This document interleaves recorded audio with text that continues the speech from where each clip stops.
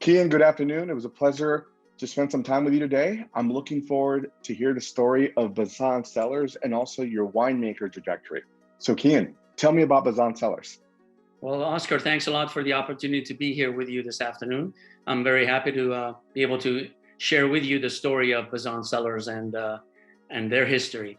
In a nutshell, Bazán Cellars is the brainchild of Gloria and Mario Bazán.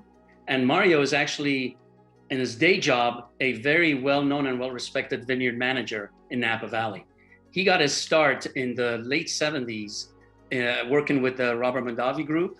In fact, he helped with setting up Opus One's vineyard just in front of the property. Then moved on to work with Stag's Leap wine cellars in the vineyard area department, and then decided to move on his own and start Bazan Vineyard Management in the mid 80s.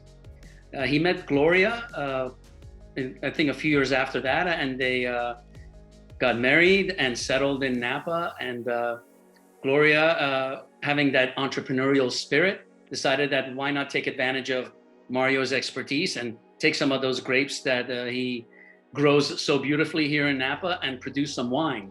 And I believe that their first vintage was 2005. So they've had a brand for a number of years. Started out very small, just making a Cabernet. And then over the course of the years have grown their portfolio to just about 1,000 cases of wine. Wow. Very cool. So, I mean, I love that they have a very, he's established, Mario's been established in the wine industry when it comes to vineyard management. So he knows what to grow, right? And the right stages where everything needs to be. So it's kind of like a default. You have to take all that knowledge and make your own wine at the end of the day, right? It's great because he's very meticulous as far as his growing expertise. He grows fantastic grapes, and he's got experience up and down the valley. So it's not as if he's limited to just one particular part of the Napa Valley. He's managing vineyards up and down all the different AVAs that are here in Napa Valley now. He has some experience with many of them.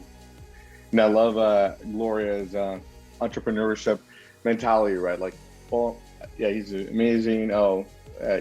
Gentleman, she married, and now he's like, what can I do to really make this even more of a success, right? How do we build on that, on his successes of vineyard management, and that's what led him to Bazán Cellars. So that is really cool. And so you mentioned it was in 2005 when it was his first vintage that he started. Yes. And then over the course of the years, they just produced those few hundred cases of Cabernet. And then early part of the 2010s, they decided to grow it. They introduced a introductory wine called Rama. Rama is kind of like their entry level wine because their Cabernet is, it wants to compete with a lot of the great cabs in Napa, and you put a $80, $90 price point on that bottle. And then you wanted to also have the opportunity for a lot of value consumers to actually get a chance to try some Bazan wines. And Rama wine was born, which is for the most part a Cabernet based wine, but usually has other wines blended into it too, depending on the vintage. Got it. That's really good. And Kian, how was your trajectory to becoming a winemaker? So my story a little different. I came in the Valley in the early 90s. I graduated from UC Davis and was fortunate enough to have my first position be as a lab technician at Opus One Winery. Wow. So there I got to basically be at probably one of the most preeminent wineries in Napa in the early 90s, and having Mondavi as the parent company, a lot of resources available to learning as much as I could about winemaking, not just in my day job of being a lab technician, but all the way through the process of what happens in the vineyard, what happens post fermentation in the barrel room, working with the cellar crew very closely, and then very importantly, getting the wines ready for bottling and how all that happens. So my position at Opus One, I loved it because I really got to see every aspect of winemaking, and it got me ready for my next stint, which was in '96. I got hired at Clos du Val Winery and was one of the winemakers there. And from there, I was at Clos du Val for 8 years. And the nice thing about Clos du Val was I got to learn other varieties, winemaking techniques, because they produce a Chardonnay, a Pinot. They also produce a Sangiovese and a Zinfandel. So it wasn't just Cabernet, which Opus One is world famous for, but I was able to learn a lot of those other winemaking techniques in the 8 years that I was there. After that, I moved on to a company called Crushpad. It was in San Francisco. It was a kind of custom make your own wine brainchild of an entrepreneur named Michael Brill over in San Francisco. And he started this company called Crushpad, where we would source fruit from a lot of different vineyards throughout the state and even up in Oregon and Washington. So it wasn't just local vineyards near San Francisco. And all those grapes would get trucked to the city. And our clients were basically wine consumers, wine lovers, even some that had a little bit of that bug of wanting to make a little wine and sell it commercially. And we basically made the wines for these clients. And currently, my existing clients are many of the contacts that I made at Crushpad in the 8 years that I was there. So I've been a consulting winemaker since 2012 when I went on my own to make wine for all my existing clients. My children swim on the local club swim team, and Gloria's sons also happen to be swimmers on the team. And Gloria found out that I made wine for a living as a day job. And in early 2018, she approached me to see if I would consider making wines for them. And I jumped at that opportunity because to be able to work with Mario firsthand, visit the vineyards with him, walk the blocks, discuss grape growing techniques with him, that was even more of a great learning opportunity for me. So it was a pretty easy decision to make to add them as one of my clients. Having, to work at Opus One, also the Mondavis, having that diversity of different types of wine, the styles of wines, that you bring that to the table as a consulting winemaker, that's a real big asset, right? So congratulations. Congratulations on accomplishing that. Yeah. So tell me now, I have these 2 bottles. Which one do you want to start off with? Why don't we start with the white? Why don't we start with the nice 2018 Sauvignon Blanc, which actually this vineyard is really not very far from Gloria and Mario's home vineyard. Their home vineyard is just north of the Coombsville AVA. It's right on Monticello Road. It's basically in the north part of the town of Napa itself. And the vineyard is just a few blocks to the east of their property. And it's a vineyard that Mario has been overlooking, particularly the year in 2018 when we got that fruit. And we picked a couple of tons of that beautiful Sauvignon Blanc, and the whole cluster pressed it, and then fermented it in a mixture of stainless steel drums as well as neutral barrels. I like having some of that Sauvignon Blanc fermenting in barrels. It's not new barrels, so it's not going to give you any oak influence, but that oak breathing that happens allows the wine to actually develop a little bit more texture and a little bit more weight. It's not just a steely, vibrant, crisp Sauvignon Blanc. It does have a little bit of weight to it when you taste it. So it's a beautiful nose. I like that. It's still nice and aromatic, right? So yes, yeah. And the beauty of it is we ferment it nice and cold, so we really retain a lot of that primary aromatic, a lot of grapefruit, beautiful citrus characteristics, a little bit of a melon, hint of tropical notes coming through there as well, but very explosive. And still, 2018, it's showing a lot of youthfulness to it still. Oh yes, I pick up the aromas of the guava, right? So that you said the guava, the passion fruit, the peach, it's some stone fruits there as well. Stone fruit, kind of integrating with the melon and grapefruit notes. So this is perfect right now for the summer, right? We see these, our drastic weather. It feels like it's been summer all year round, especially where I'm located here in Temecula. I know you guys in Napa, it's been very similar. We're kind of, no one wants to call in the drought card yet, right? No one wants to say that yet. Even though it's been hovering over our heads for a lot of years, and definitely very aggressively this year. But we've actually had a really nice growing season so far. It's been textbook as far as not very hot. We had a couple of really nasty days in early June, but July has been gorgeous. Just kind of marine layer in the morning, lifting off at around 11 o'clock, and 88 to 90 degree average temperatures, which is great for the grapes. but the clusters are small. The lack of water has caused a lot of accelerated pace for the vines themselves. So we're probably looking at an early harvest this year. Like in 2018, the Sauvignon Blanc, we picked it in, I want to say, first week in September or so. We would probably pick that same vineyard third week in August this year, if things stay the way they are. Wow. So you guys don't do tastings at the actual vineyard? You guys have an actual tasting room? Yes, yeah, we have a tasting room. It's in downtown Napa, and I can look at the address for you real quickly. Found it. It's 960 Clinton Street, downtown Napa. There you go. That's it. Yeah. Very they cool. opened that up right before the darn country and the world shut down. So it was a little frustrating for Gloria and Mario to have this beautiful tasting room all set up and everything and not be able to welcome any visitors. So then they slowly but surely started doing it by appointment only, and then, you know, having an outdoor only tasting room, which the city of Napa was very, very welcoming to working with their tenants in allowing them to actually the spots for parking cars and actually turning them into kind of decks and patios with tables and umbrellas. So definitely has been a very collaborative effort between the city as well as the producers that have tasting rooms downtown. But you can't go wrong with visiting Napa in the fall, where fermentation's happening, harvest is happening. There's a lot of and believe it or not, the smell of fermentation's actually in the air. It's great. It's a very amazing aromatic experience that a visitor would have when they come out here and drive up and down the valley.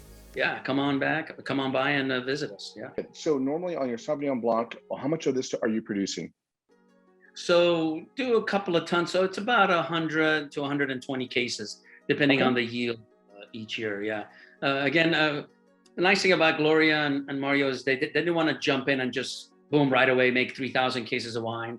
They want to really focus on direct to consumer sales, selling through their tasting room. They maybe have, I believe, maybe a distributor relationship here or there, particularly for their Rama line of wine.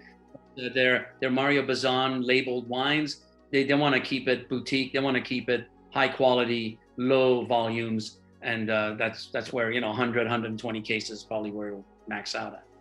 And I love that. I think your price point for this one, $35, $44, $35 to $40 per bottle. It's really well priced, and it's a beautiful, well-balanced wine.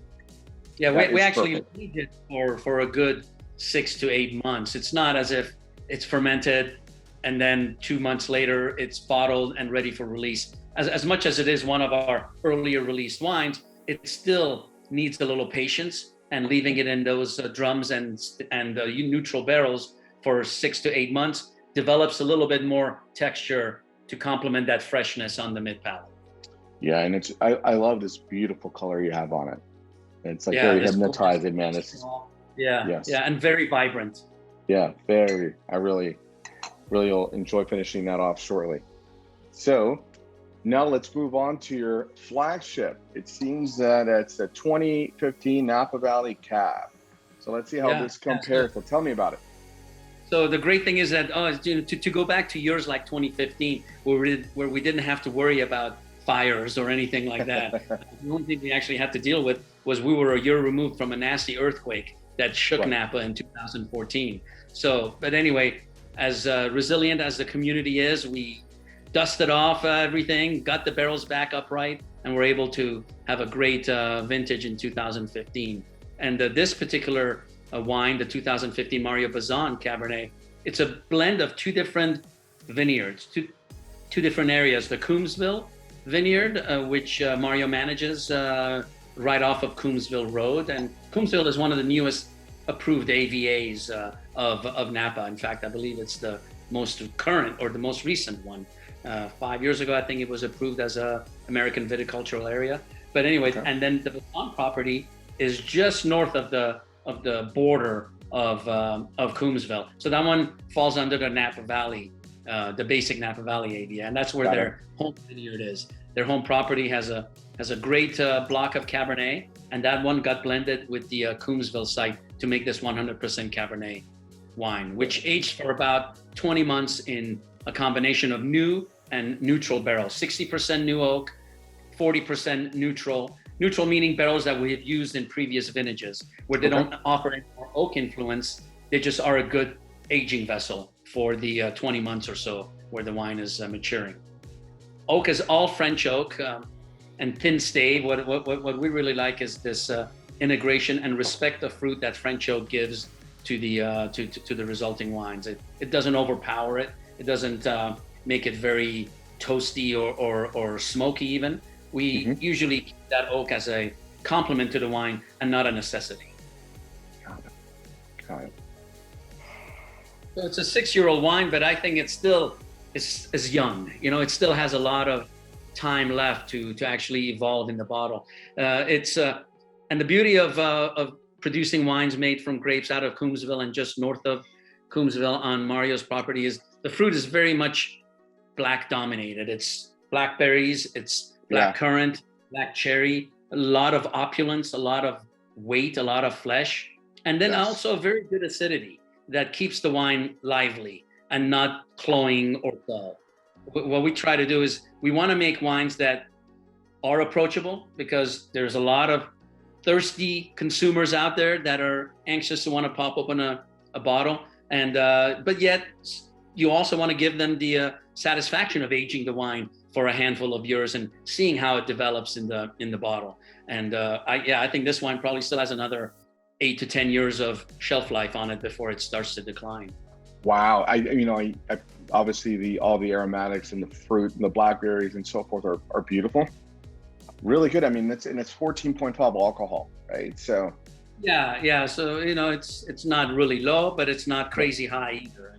But we also had years like some of our more current years. They're going to be pushing 15%, but we just wait for the right time to pick the grapes when the tannins are fully mature, where there's no herbal or green elements that could result in the finished wine. And sometimes it may mean getting a 15% alcohol wine, but the fruit can support that alcohol, and you don't notice any heat in the wines. No, and I think it also, the alcohol is not taken away from the aromatics, right? So you're not getting an alcohol nose off the bat. And it's not burning the nose hairs. It's actually very inviting. Yeah, it actually makes you want to grab a taste. Yeah, and it's just I love, obviously, like you said, it's a lot of black fruit on this, and it's just beautiful tannins.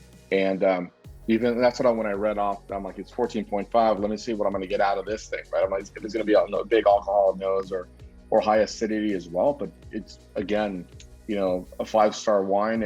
And this, this 2015, your market price is, $80 for this bottle. So pretty common for Napa cabs, right? Unless you're going to a Stag Leap or an Opus One or so forth, which is pushing $115 to $120 to $200 a bottle. But again, it's also the aging and what year it is, right? So this, I'm really surprised of the 2015, because it has really good aging, and you mentioned you could still leave this for a couple more years before it even starts declining, right? So how long do you normally age your wines? Oh, I would say probably 8 years. I mean, I definitely like to consume wines fairly young too. Maybe, once the wine's bottled, wait a year to a year and a half, and then start popping a cork. But I would say, for me personally, when I think it reaches its kind of optimal sweet spot for drinking window, it's 5 to 8 years, and then some that I just shove in a corner and don't want to touch for a decade. The ones that I know come from really good vintages, like 15, like 13, 2009, another great one. I mean, if we go through a few of them. One thing I would point out is I wanted to give a shout out, because it wasn't actually me who made the 2015. I joined the Bazans in 2018, but a good friend of mine, David DeSanti, was the winemaker for the Bazans for a number of years, which included this beautiful 2015. What caused 2015 to give out such great fruit? Was there a lot of rain at that time? What was it? Yeah, no, actually 2015 kind of fell within that kind of textbook window of really steady growing conditions. Not a lot of rain during the flowering period. You had just great weather where you could actually get good fruit set. The only issue was that it was cold in 2015 during the fruit set, so you wouldn't get a lot of fruit. So what happened was 2015 was one of the smallest yields on record for Napa Valley, where, for example, if a vineyard on average would give you about 10 tons in an average year or normal year, in 2015, you got 4 tons.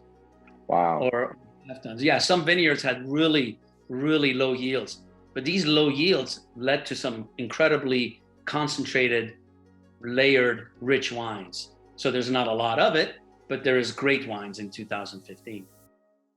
And this, so is this all hand picked or is it machine picked? Oh yeah, no. All of the Bazan vineyards are to the point where it's very complicated to get a machine in there. Most machine picking is done on nice flat grounds on the valley floor. A handful of the vineyards that we source fruit from for Bazan are hillside or somewhat of a slope to them. So not feasible to do machine picking. Not to mention that machine picking, even though today's machines are doing wonderful jobs of harvesting perfect berries, it's not all beat up. There isn't a bunch of different animals in there too. It's just pristine berries. But yeah, no, everything is picked in by hand in half-ton bins to really limit the crushing of the grapes. Yeah. Well, most of the vineyards that you guys work with, are they all sustainable? Are they organic?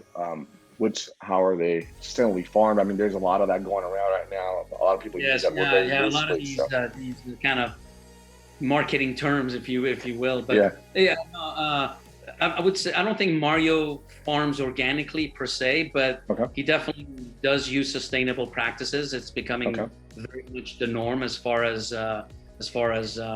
practices that are adopted and employed in the vineyards.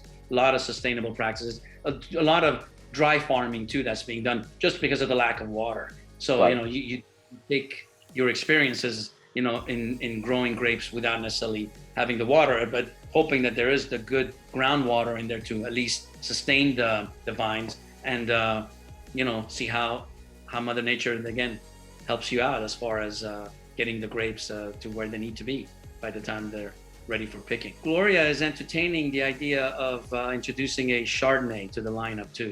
We started making a Pinot in 2018. That was the first Pinot that was done by the Bazan brand, and it's gotten a great reception.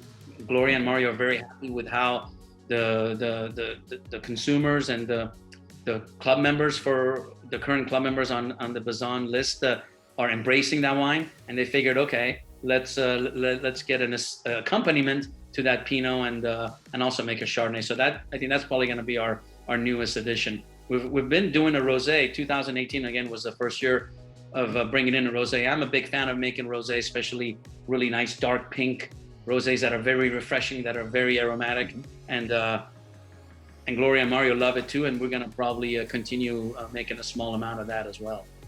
Okay. So you have a pretty diverse, lineup, right? So that's actually pretty great and keeps all your customers happy.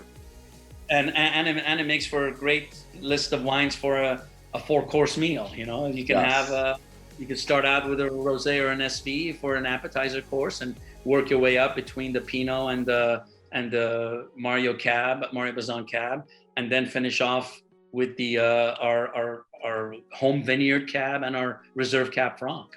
And those are 2 very, very limited production wines. We only bottle 50 cases of each of those. Wow. So I don't think they're even available to the club members. It's pretty much only available at the tasting room. Come on by the tasting room, grab a taste of it, and be one of the very few people that actually has a bottle of those really special wines. I think the Mario Bazán Home Vineyard is $125 a bottle. So you compare that to the $80, $90 that the Cab gets. There is a little markup in that due to its scarcity. Got it. Yeah, but your aging on this is great. I mean, this is a 2015. If you have anything prior to that you guys are putting together that you can only have in the tasting room. I think that in the tasting room, Leanne, who helps run the tasting room with Gloria, has brought in the 13 for a month. So what they do is they kind of go in the vault and bring out an older wine. Haven't seen the 05 rear its beautiful head yet, but I don't know if there's much of that left since there was such a small production of that first vintage. But yeah, I think that every quarter there's another wine from from the vault or the library that will come into the tasting room. That's awesome. Well, Kian, again, thank you for your time today, and thank you for sharing such an amazing story from Bazán Cellars, your story of how, your trajectory becoming a winemaker. And I love hearing how you got there from all that experience and being bred from working for one of the top wineries, and for you now to be part of Mario Bazán Cellars, right? That's awesome. I look forward to what's to come. And I look forward to tasting the rest of your lineups. Awesome, Oscar. I appreciate the opportunity to speak with you, and I look forward to doing it again soon. Yeah, perfect. Well, you have a great afternoon. Take care. Likewise.